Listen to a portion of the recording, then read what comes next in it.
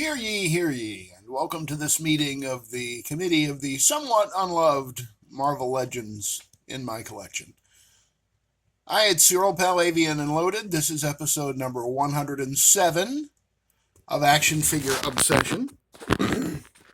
And what I've gathered here, after a quick walk around the toy room, little dust bunny here, is some figures that I really, I just don't know what to do with them. And I actually have a little area on the floor in front of one of my full displays where I just sort of pile these guys up, sort of standing around on the floor out of my way so I won't kick them over or break them. And sometimes I do kick them over. I haven't broken anything yet. But what I got, I want to show you this first of all, because this is kind of cool.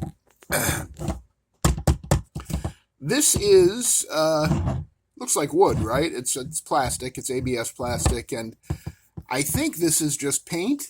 Although, for all it really feels like metal.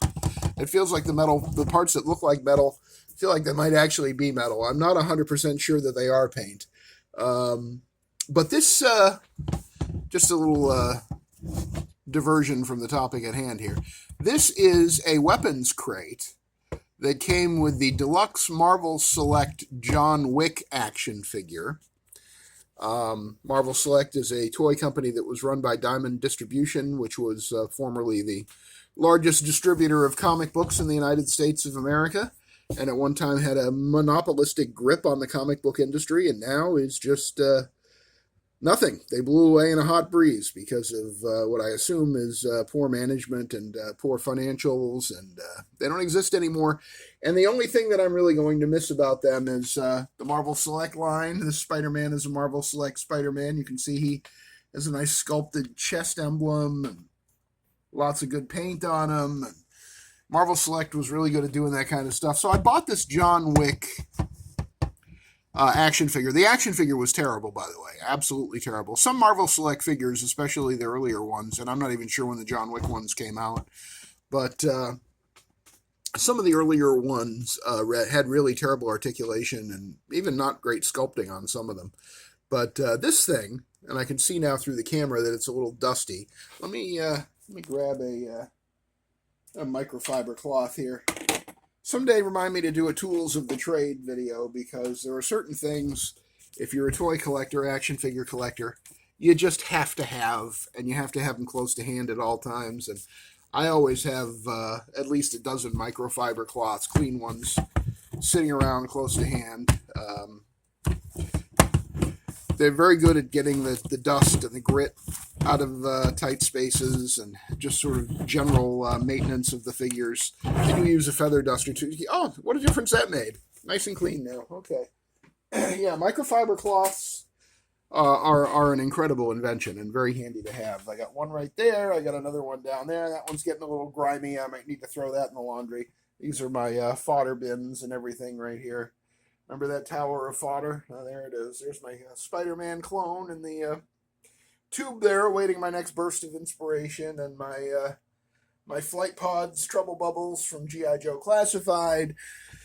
But back here up on the work table, I have two boxes that I keep up here. I'm not going to take, I guess I won't take that one out, because then Bruce Banner, who doesn't stand up very well there, see him there in the center, he would fall over, I think, if I took this box out. That's a cool box that I keep my, I have a small collection of like McFarlane trading cards and the Star Trek animated series trading cards, and a trading card that my son gave me once from the Family Guy that has personal meaning to me. Maybe I'll go through all those in a video sometime. Anyway, I usually keep this larger one on top of the other one. Oh, wait a minute, I think that one's bigger, and this one's a little smaller, and it goes on top of it. This one's taller, though. And this came with the John Wick, deluxe John Wick Marvel Select figure. And it, I think, is the only remaining item in my collection that I kept from that entire... And there was a lot of accessories plus the John Wick figure. The John Wick 7-inch figure in that deluxe Marvel Select, it just sucked. It didn't even look like Keanu Reeves that much. And it was just not fun. I got it for the weapons, but the weapons were all really low quality, and they broke, like the trigger guards broke, and I don't know. I spent like $50 on that thing, and it sucked. This, maybe that's why I keep this. This is the only thing that didn't suck. Look at this. It's supposed to be like an Assassin's Guild weapons crate. I mean, look at this thing. It's crazy how good it is. And you open it up. See, you can open it up. You didn't think, what do you think's in there? Any ideas? Come on, come on. All right, let's find out. So we open it up, and we have all of the gold coins from the John Wick movies. And those are not removable. They are just painted lines, basically. There's a little bit of texture there to give you the illusion that those are gold coins stacked in there, but it's just nothing. There is one stack of gold coins. Here's that. Let's see if I can get that to focus. Yeah, there's one stack of gold coins. There's some fake stuff in here and some real stuff, some real fake stuff. So you see 4 pistols there, a knife, the coins, and 3 like smoke grenades. And whatever this thing is, for some reason I've never noticed that before. I don't know what that is. I don't know what that's supposed to be. It doesn't come out, so whatever it is, it's fake. Most of this stuff is fake, in fact. Those 3 grenades are fake. These 1, 2, 3. You see where there's one missing? That was one that you could actually take out and use it as an accessory. And I took it out and I used it as an accessory. And now, guess what? I have no friggin' idea where it is.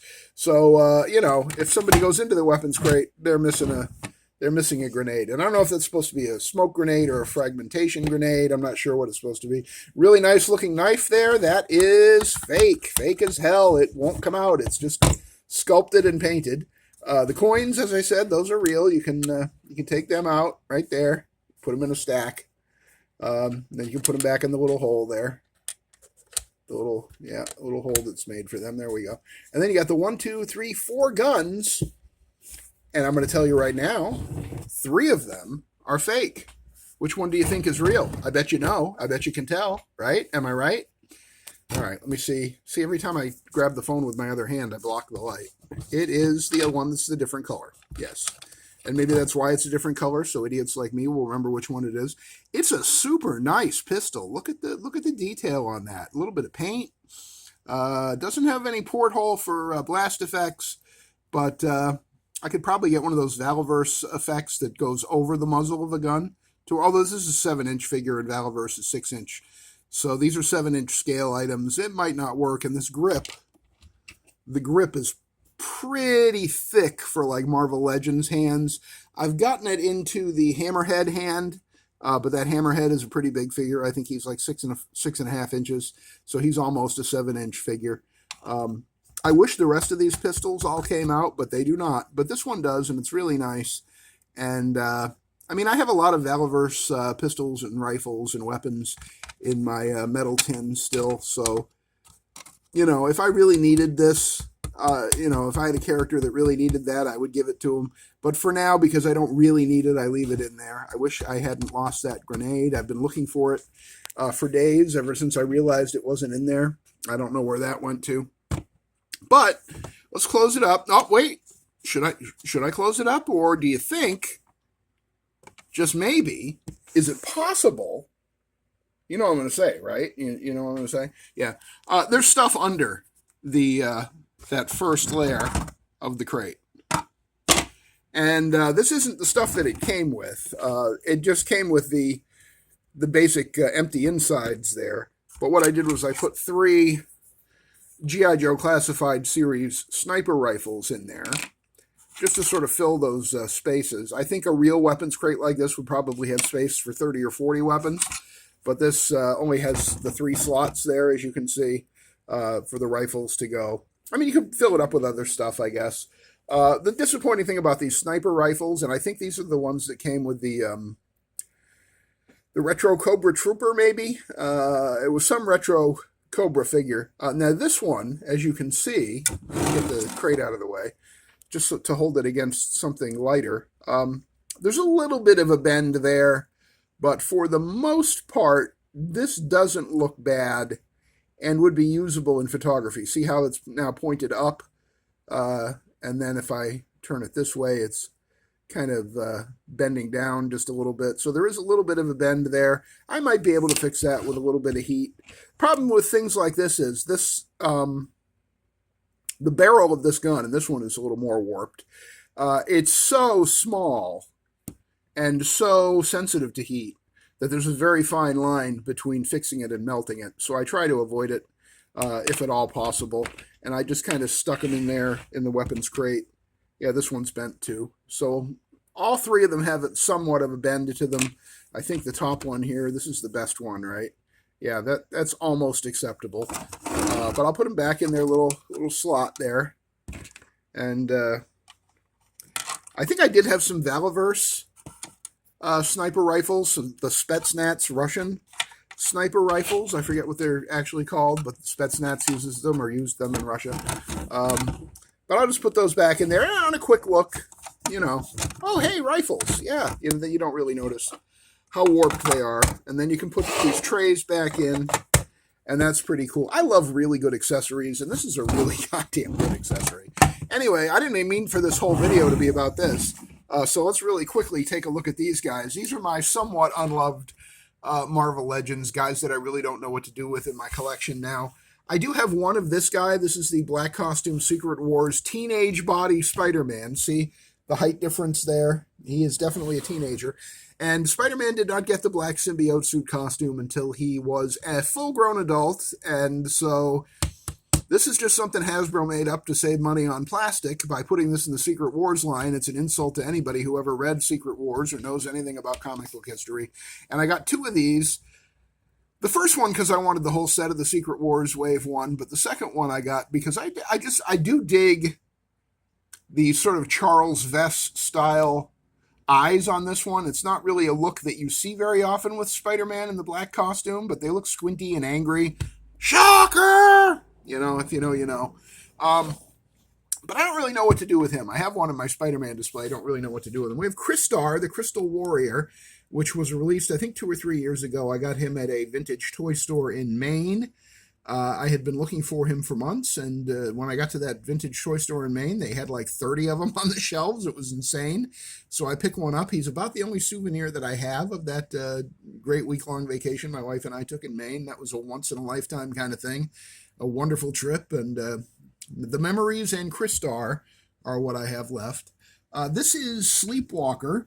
Sleepwalker, I believe, was an 80s comic, maybe early 90s, late 80s, a kind of horror superhero kind of thing. I kind of like the costume design. The character apparently doesn't, the design of the figure doesn't match the character, who was lanky and kind of scarecrow-like. This figure's on the Bucky Cap body, and he's kind of short and dumpy. And I don't really have a display for that era of comics, so I don't really know what to do with him. This is the Netflix Man-Thing Build-A-Figure Wave Blade that came out about 11 years ago, I think. When I first started getting back into Marvel Legends, that was the first complete wave of figures that I bought in the Marvel Legends line, and the first Build-A-Figure that I completed. And I think the second one was the Avengers wave, the movie Avengers wave that had the Hulkbuster Iron Man. I think that was the second one. But I have better blades than this. I have the more recent one from a couple of years ago from that Mindless one, I think. The Mindless one, Build-A-Figure wave. And this blade is really janky and badly proportioned. I do like the head sculpt, but literally that's the only good thing about it. He has the crappy Deadpool sword, and the anatomy is not great, and the articulation is even worse. So yeah, I don't really know what to do with him. That's just my number 3 Darwin back there, sitting on a chair looking like he's judging everyone. I just keep him on the work table because I don't know what else to do with him. There's Bruce Banner. He is my 3rd Bruce Banner. I have one in my Hulk display. I have one sitting right over here with my scientists. Those glasses are really easy to lose, and I lost one pair of them one time and didn't find them for months.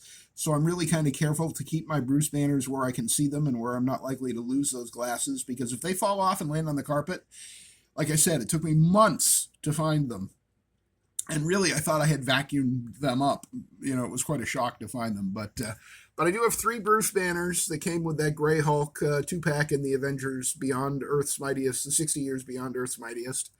That Gray Hulk is fantastic. It's one of my favorite Hulk action figures of all time. Bruce Banner I have for the character, not for the figure. Sometimes I have them for the figure, for the design, the sculpt, the quality of it. Sometimes for the character, and, you know, it's Bruce frickin' Banner. So, yeah, I have 3 of him. These 2 guys are Kree. The one on the left is Jan Rog, the movie Jan Rog from the Captain Marvel MCU film. Pretty terrible figure, not really a whole lot to recommend about it. Giant feet, giant head. Doesn't look like the actor who played the character, and there's really nothing going on there. This is Genis Vell, the son of Captain Marvel, the Captain Marvel from the 1960s and 70s. And Genis Vell had a famous... he was created by writer Peter David, and the comic was pretty good at the time. He's got this sort of semi-translucent, sparkly stuff in the plastic, and the black plastic is semi-translucent. That he's got what represents a planet on his chest, and the little ring that you see is like supposed to be the ring around the planet. He's got the negabands. He's got a sci-fi gun. I don't know what to do with him either. I have his father, Captain Marvel, in the Captain Marvel costume from the 60s and 70s before Carol Danvers and Monica Rambeau inherited the title. But yeah, I don't really know what to do with these 2 Kree guys. I don't really have a Kree set up in my display. So all these guys, basically, I like them enough to keep them, but I don't know what the hell to do with them. So they're probably going to go back on the floor somewhere where hopefully I won't step on them or break them. And that is the whole point of this action figure obsession video, is that these are the kind of problems that are created when you have an action figure obsession.